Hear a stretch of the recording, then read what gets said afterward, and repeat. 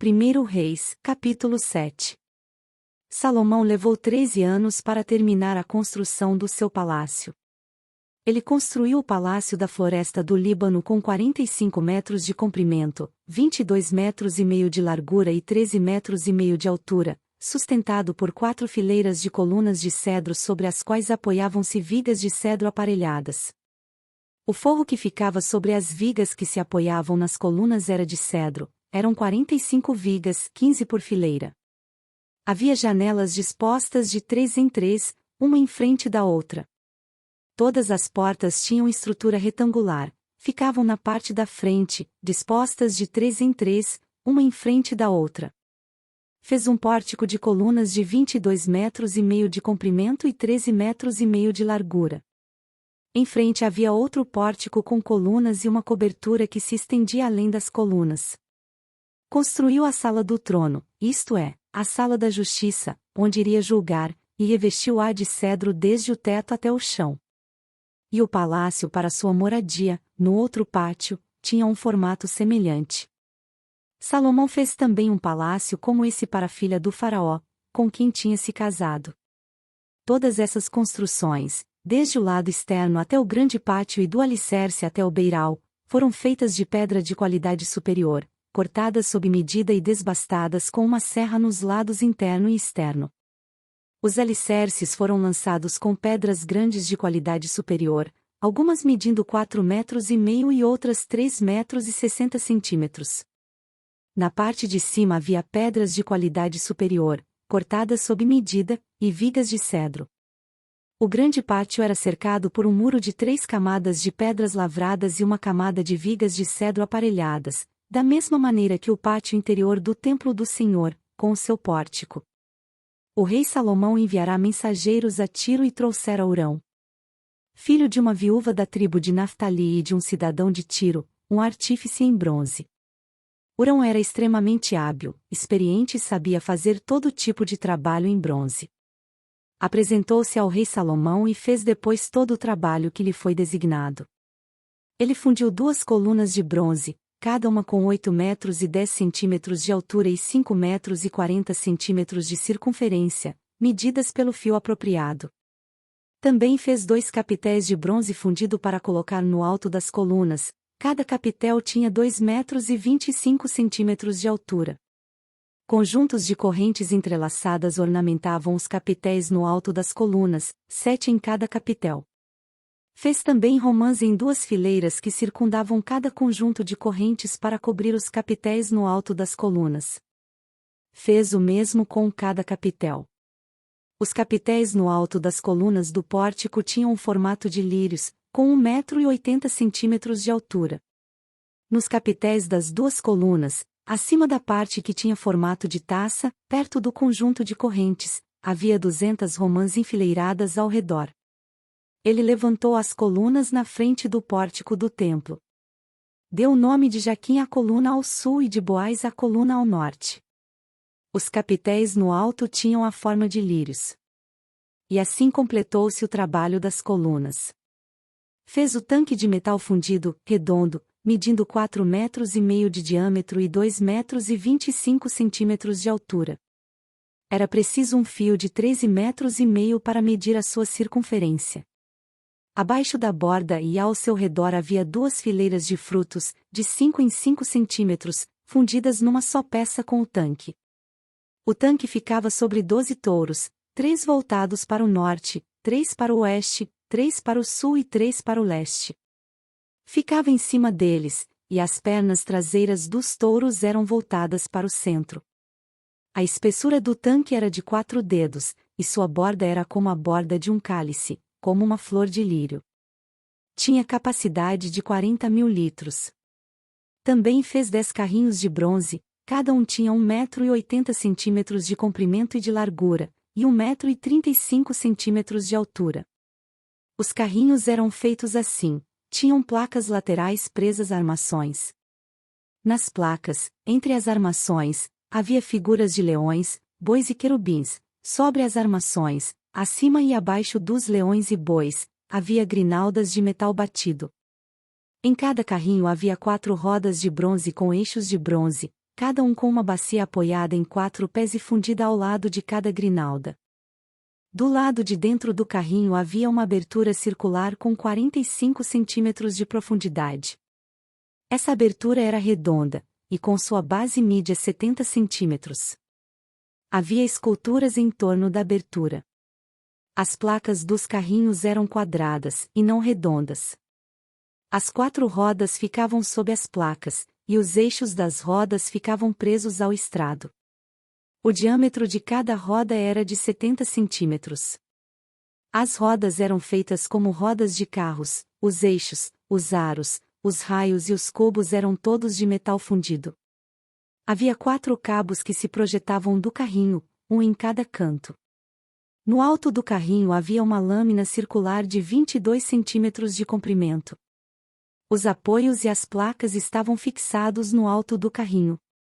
Ele esculpiu figuras de querubins, leões e tamareiras na superfície dos apoios e nas placas, em cada espaço disponível, com grinaldas ao redor. Foi assim que fez os 10 carrinhos. Foram todos fundidos nos mesmos moldes e eram idênticos no tamanho e na forma. Depois ele fez 10 pias de bronze, cada uma com capacidade de 800 litros, medindo 1,80 m de diâmetro, uma pia para cada um dos 10 carrinhos. Ele pôs 5 carrinhos no lado sul do templo e 5 no lado norte.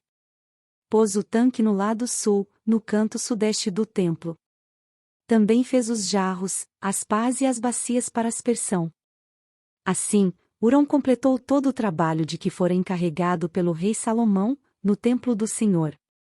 As 2 colunas, os 2 capitéis em forma de taça no alto das colunas, os 2 conjuntos de correntes que decoravam os 2 capitéis. As 400 romãs para os 2 conjuntos de correntes, sendo 2 fileiras de romãs para cada conjunto. Os 10 carrinhos com as suas 10 pias. O tanque e os 12 touros debaixo dele. E os jarros, as pás e as bacias de aspersão. Todos esses utensílios que Hurão fez a pedido do rei Salomão para o templo do Senhor, eram de bronze polido. Foi na planície do Jordão, entre Sucote e Zaretã, que o rei os mandou fundir, em moldes de barro. Salomão não mandou pesar esses utensílios, tão grande era o seu número que o peso do bronze não foi determinado. Além desses, Salomão mandou fazer também todos estes outros utensílios para o templo do Senhor: o altar de ouro, a mesa de ouro sobre a qual ficavam os pães da presença. Os candelabros de ouro puro, 5 à direita e 5 à esquerda, em frente do santuário interno, as flores, as lâmpadas e as tenazes de ouro. As bacias, os cortadores de pavio, as bacias para aspersão, as tigelas e os incensários, e as dobradiças de ouro para as portas da sala interna, o lugar santíssimo, e também para as portas do átrio principal. Terminada toda a obra que Salomão realizou para o templo do Senhor, ele trouxe tudo que seu pai havia consagrado e colocou junto com os tesouros do templo do Senhor, a prata, o ouro e os utensílios. 1 Reis, capítulo 8. Então o rei Salomão reuniu em Jerusalém as autoridades de Israel, todos os líderes das tribos e os chefes das famílias israelitas, para levarem de Sião, a cidade de Davi, a arca da aliança do Senhor. E todos os homens de Israel uniram-se ao rei Salomão por ocasião da festa, no mês de Etanim, que é o 7º mês. Quando todas as autoridades de Israel chegaram, os sacerdotes pegaram a arca do Senhor e a levaram, com a tenda do encontro e com todos os seus utensílios sagrados. Foram os sacerdotes e os levitas que levaram tudo. O rei Salomão e toda a comunidade de Israel que se havia reunido a ele diante da arca, sacrificaram tantas ovelhas e bois que nem era possível contar. Os sacerdotes levaram a arca da aliança do Senhor para o seu lugar no santuário interno do templo, no lugar santíssimo, e a colocaram debaixo das asas dos querubins. Os querubins tinham suas asas estendidas sobre o lugar da arca e cobriam a arca e as varas utilizadas para o transporte. Essas varas eram tão compridas que as suas pontas, que se estendiam para fora da arca, podiam ser vistas da frente do santuário interno, mas não de fora dele, e elas estão lá até hoje. Na arca havia só as 2 tábuas de pedra que Moisés tinha colocado quando estava em Horebe, onde o Senhor fez uma aliança com os israelitas depois que saíram do Egito. Quando os sacerdotes se retiraram do lugar santo, uma nuvem encheu o templo do Senhor. De forma que os sacerdotes não podiam desempenhar o seu serviço, pois a glória do Senhor encheu o seu templo. E Salomão exclamou: o Senhor disse que habitaria numa nuvem escura. Na realidade construí para ti um templo magnífico, um lugar para nele habitares para sempre. Depois o rei virou-se e abençoou toda a Assembleia de Israel, que estava ali de pé. E disse: Bendito seja o Senhor, o Deus de Israel, que com a sua mão cumpriu o que prometeu com sua própria boca a meu pai Davi, quando lhe disse: Desde o dia em que tirei o meu povo Israel do Egito, não escolhi nenhuma cidade das tribos de Israel para nela construir um templo em honra do meu nome. Mas escolhi Davi para governar Israel, o meu povo. Meu pai Davi tinha no coração o propósito de construir um templo em honra do nome do Senhor, o Deus de Israel. Mas o Senhor lhe disse: Você fez bem em ter no coração o plano de construir um templo em honra do meu nome. No entanto, não será você que o construirá, mas o seu filho, que procederá de você, ele construirá o templo em honra do meu nome. E o Senhor cumpriu a sua promessa: Sou o sucessor de meu pai Davi, e agora ocupo o trono de Israel, como o Senhor tinha prometido, e construiu o templo em honra do nome do Senhor, o Deus de Israel. Providenciei nele um lugar para a arca, na qual estão as tábuas da aliança do Senhor, aliança que fez com os nossos antepassados quando os tirou do Egito. Depois Salomão colocou-se diante do altar do Senhor, diante de toda a Assembleia de Israel, levantou as mãos para o céu. E orou: Senhor, Deus de Israel, não há Deus como tu em cima nos céus nem embaixo na terra. Tu que guardas a tua aliança de amor com os teus servos que, de todo o coração, andam segundo a tua vontade. Cumpriste a tua promessa a teu servo Davi, meu pai, que com tua boca prometeste e com tua mão a cumpriste, conforme hoje se vê. Agora, Senhor, Deus de Israel, cumpre a outra promessa que fizeste a teu servo Davi, meu pai, quando disseste: Você nunca deixará de ter, diante de mim, um descendente que se assente no trono de Israel, se tão somente os seus descendentes tiverem o cuidado de, em tudo, andarem segundo a minha vontade, como você tem feito. Agora, ó Deus de Israel, que se confirme a palavra que falaste a teu servo Davi, meu pai. Mas será possível que Deus habite na terra? Os céus, mesmo os mais altos céus, não podem conter-te. Muito menos este templo que construí. Ainda assim, atende à oração do teu servo e ao seu pedido de misericórdia, ó Senhor, meu Deus. Ouve o clamor e a oração que o teu servo faz hoje na tua presença. Estejam os teus olhos voltados dia e noite para este templo, lugar do qual disseste que nele porias o teu nome, para que ouças a oração que o teu servo fizer voltado para este lugar. Ouve as súplicas do teu servo e de Israel, teu povo, quando orarem voltados para este lugar. Ouve desde os céus, lugar da tua habitação, e quando ouvires, dá-lhes o teu perdão. Quando um homem pecar contra seu próximo e tiver que fazer um juramento, e vier jurar diante do teu altar neste templo, ouve dos céus e age. Julga os teus servos, que condenam o culpado, fazendo recair sobre a sua própria cabeça o resultado da sua conduta, e declara sem culpa o inocente, dando-lhe o que a sua inocência merece. Quando Israel, o teu povo, for derrotado por um inimigo por ter pecado contra ti, e voltar-se para te invocar o teu nome, orando e suplicando a ti neste templo, ouve dos céus e perdoa o pecado de Israel, teu povo, e traze-o de volta à terra que deste aos seus antepassados. Quando fechar-se o céu, e não houver chuva por haver o teu povo pecado contra ti, e, se o teu povo, voltado para este lugar, invocar o teu nome e afastar-se do seu pecado por o haveres castigado, ouve dos céus e perdoa o pecado dos teus servos, do teu povo Israel, ensina-lhes o caminho certo e envia chuva sobre a tua terra, que deste por herança ao teu povo. Quando houver fome ou praga no país, ferrugem e mofo, gafanhotos peregrinos e gafanhotos devastadores, ou quando inimigos sitiarem suas cidades, quando, em meio a qualquer praga ou epidemia, uma oração ou súplica por misericórdia for feita por um israelita ou por todo o teu povo Israel, cada um sentindo as suas próprias aflições e dores, estendendo as mãos na direção deste templo, ouve dos céus, o lugar da tua habitação. perdoa e age, trata cada um de acordo com o que merece, visto que conheces o seu coração. Sim, só tu conheces o coração do homem. Assim eles te temerão durante todo o tempo em que viverem na terra que deste aos nossos antepassados. Quanto ao estrangeiro, que não pertence ao teu povo Israel, e que veio de uma terra distante por causa do teu nome. Pois ouvirão acerca do teu grande nome, da tua mão poderosa e do teu braço forte, quando ele vier e orar voltado para este templo. Ouve dos céus, lugar da tua habitação, e atende o pedido do estrangeiro, a fim de que todos os povos da terra conheçam o teu nome e te temam, como faz Israel, teu povo, e saibam que este templo que construí traz o teu nome. Quando o teu povo for à guerra contra os seus inimigos, por onde quer que tu o enviares, e orar ao Senhor voltado para a cidade que escolheste e para o templo que construí em honra do teu nome.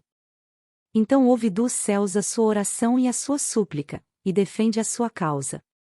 Quando pecarem contra ti, pois não há ninguém que não peque, e ficares irado com eles e os entregares ao inimigo, que os leve prisioneiros para a sua terra, distante ou próxima.